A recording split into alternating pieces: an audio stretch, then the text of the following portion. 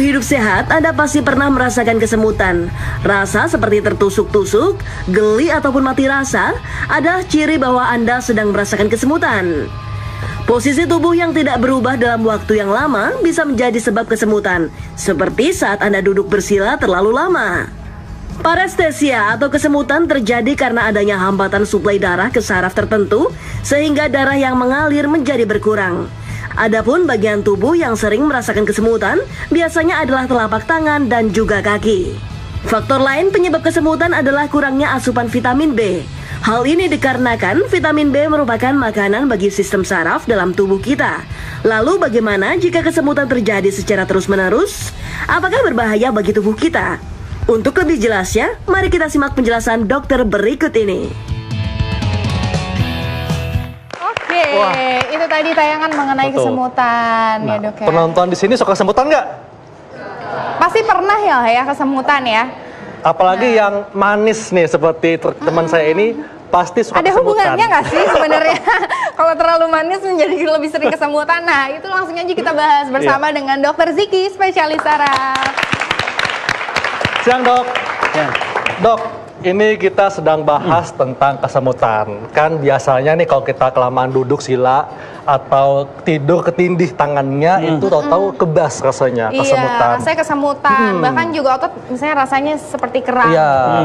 Dan ini kan kesemutan katanya ada yang sementara dan kronis. Iya, ini apa dok? Bisa dijelaskan kepada pemirsa? Iya. Jadi kalau kita bicara kesemutan, sebenarnya kesemutannya adalah gejala ya. Gejala ya? Jadi bukan penyakit bukan ya? penyakit, Ya. tapi kesemutan ini bisa salah satu gejala atau tanda dari penyakit yang mendasari di belakangnya ini. Apakah gitu ini loh. merupakan tanda dari penyakit yang serius, dok?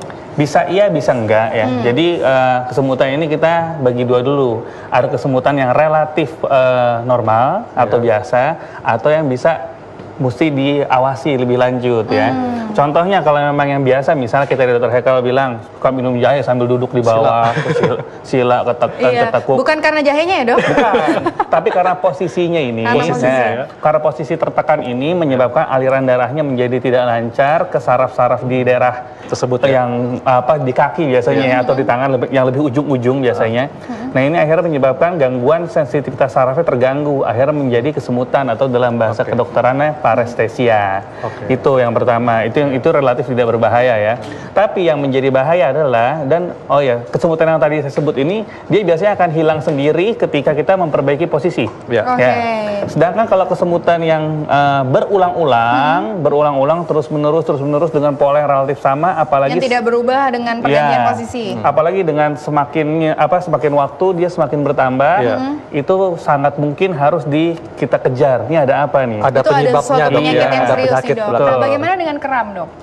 Kram sendiri sebenarnya adalah kontraksi otot yang nggak normal ya. Jadi kalau misalnya kita bicara tentang kram, kan otot ini misalnya bergerak nih, misalnya kaki saya mau angkat, nah itu kan saya memerintahkan, ayo kaki angkat gitu ya. Tapi ini nggak ada perintah, tiba-tiba dia ngangkat sendiri. Kalau mungkin kalau yang sering main bola suka bilang betisnya ketarik, nah seperti itu ya. Jadi kontraksi sendiri dok. Berarti beda ya dok ya, kesemutan dan kram itu adalah dua hal yang berbeda. Dua hal yang beda, karena yang satu yang kena saraf sensorik, yang satu yang kena saraf motoriknya. Beda ya. Tapi yang satu saraf, yang satu otot. Baik dua-duanya ini yang harus kita bahas adalah pertama adalah lokasinya. Lokasi ini mana? Yang kedua adanya onset atau kapan munculnya, ya kan? Kemudian frekuensinya berapa sering? Ya, pencetusnya apa? Pencetusnya apa? Kemudian intensitasnya, berapa derajatnya, ringan, sedang, berat, atau makin bertambah, nah seperti itu. Nah, kalau kesemutan ini apa saja dok pencetusnya selain posisi? Kalau kesemutan selain posisi ini banyak ya, ada mulai dari yang ringan kayak tadi di video dijelaskan, misalnya pada orang dengan gangguan atau defisiensi atau kurangnya vitamin B kompleks ya, vitamin neurotropik itu bisa. Tapi faktor-faktor yang lain bisa, bahkan penyakit sistemik atau penyakit yang menyeluruh di seluruh tubuh bisa, seperti diabetes bisa, ya. Atau pada orang-orang yang mungkin terjadi gangguan yang lebih berat, ekstrimnya, misalnya pada orang dengan gangguan imunitas, bahkan orang dengan HIV/AIDS itu bisa menyebabkan gangguan kesemutan bisa juga, ya. Lalu bisa juga pasien-pasien dengan gangguan saraf terjepit dok? Saraf terjepit bisa ya. Saraf Bagaimana terjepit dengan pasien yang menjalani kimo atau radiasi posisi. Ya, bisa. Itu Jadi juga pada bisa ya, pasien Dok? dengan kemoterapi itu biasanya yang kita sebut namanya drug induced neuropathy ya. Itu sering ya. Jadi bukan hanya pada kemoterapi saja, tapi pada pasien-pasien yang menggunakan zat-zat tertentu dalam durasi relatif lama. Contohnya yang paling gampang di Indonesia ini adalah apa? Orang yang sering mengkonsumsi jamu sembarangan. Ya. Itu bisa karena ada kandungan-kandungan yang terkadang dicampurkan ke dalam jamu tersebut yang kalau dikonsumsi lama akan menyebabkan gangguan saraf tadi. Wow, berarti ini juga mesti harus hati-hati diwaspadai ya. Jangan minum jamu yang sembarangan, berlebihan juga itu ternyata bisa menyebabkan kesemutan ya, Dok Betul. ya. Bahkan kesemutan ini masih bisa mungkin salah satu tanda dari stroke. Masih mungkin ya. Balik lagi tadi makanya lokasinya di mana. Iya. Kalau stroke biasanya dia sebelah, kesemutan sisi kanan saja dari wajah sampai kaki ya inilah mungkin. Atau bahkan juga pada penyakit gula juga bisa ya, Dok Ya, ya. kalau penyakit gula biasanya di ujung-ujung. Jadi seperti areanya lokasinya seperti pakai kaos kaki dan sarung tangan. Itu. Nah, Dok, ini kan kesemutan ini biasanya kan terjadi di tangan, di kaki. Nah, tapi ada juga yang terjadinya tiba-tiba hanya sebelah doang, di tangan doang, atau tangan dan kaki. Iya.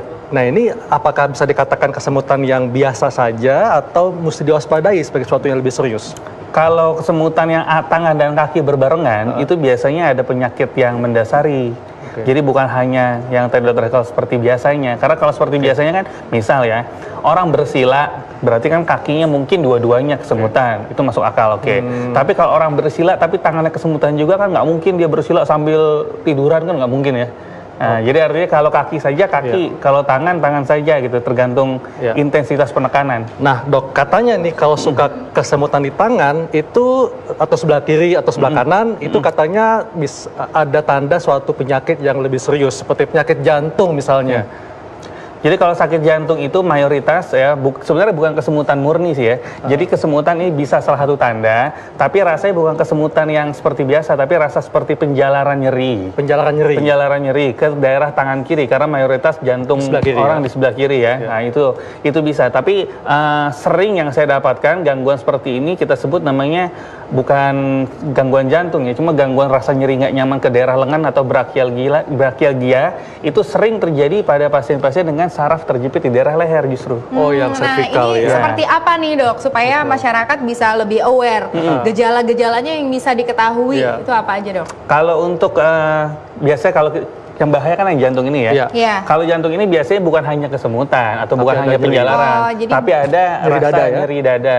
Dan nyeri dada ini biasanya memang dia nyeri dada yang rasanya lebih dalam dan nggak bisa ditunjuk ya. Seperti Rasanya terhimpit, diremas seperti ya. terhimpit. Iya. Nah kemudian kalau dan itu lokasi mayoritas sebelah kiri. Iya. Tapi sering pada pasien-pasien dengan penjepitan saraf leher di daerah kiri itu terjadi penjalaran juga dengan Ke lokasi sebelah yang- kiri juga Iya. atau kanan juga bisa? Ke kiri juga. Kiri juga? Iya. Oh, Dengan gejala menjalar ya, Dok ya? menjalar dengan gejala yang relatif mirip.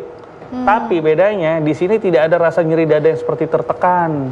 Dan biasanya karena ototnya terjadi gangguan juga, ini terjadi perubahan rasa nyeri ketika dirubah posisi. Misalnya pas ini berubah kok lebih enak begini ya daripada begini. Nah itu. Oh, itu kemungkinan adanya yang tertekan Iya, sarafnya di leher. betul. Kalau misalnya jantung enggak, dia biasanya lebih tertekan dan kemudian ada nyeri dada ya? Nyeri dada dan nafasnya juga berubah ya. Oke, nah ini, Dok, yang perlu juga digarisbawahi supaya masyarakat lebih aware nih, Dok.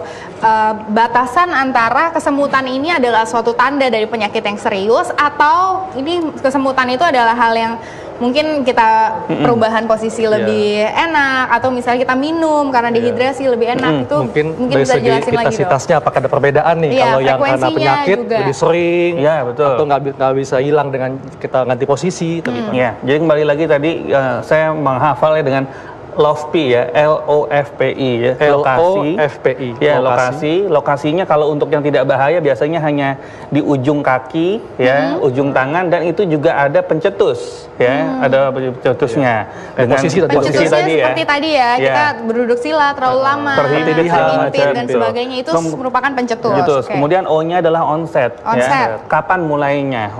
Waktu kapan? Dan misalnya ini dimulai sejak 1 bulan lalu sampai sekarang terus terus-terusan, kan nggak masuk akal, berarti ada sesuatu yang terjadi. Betul. Ya, frekuensi, seberapa sering. Kalau memang kita lagi nggak duduk, lagi nggak menghimpit, lagi nggak sila, lagi nggak di bantangan, tapi ternyata semutan, terus frekuensi makin sering, ini kemungkinan salah satu gangguan penyakit yang serius. Maksudnya dalam satu hari itu terus-terusan, Dok? Terus-terusan, atau hilang timbul, ya. Oh, tanpa adanya pencetus? Tanpa ada pencetus. Oh, oke. Tuh, setelah frekuensi yaitu P, ya, pencetusnya ini. Ya. Kalau nggak ada pencetus apa-apa tiba-tiba kesemutan, ya, nah ini kan berarti kan ada sesuatu yang terjadi.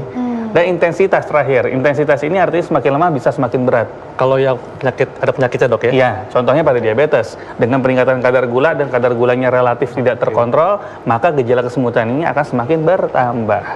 Oke. Baik. Iya. Nah, Dr. Arlin dan penonton semua ingin tahu kan nih bagaimana cara untuk mengatasi kesemutan. Dan tentunya kita pengen tahu nih mitos apa saja yang berkembang di masyarakat tentang kesemutan. Sesaat lagi tetap di acara Ayo Hidup Sehat.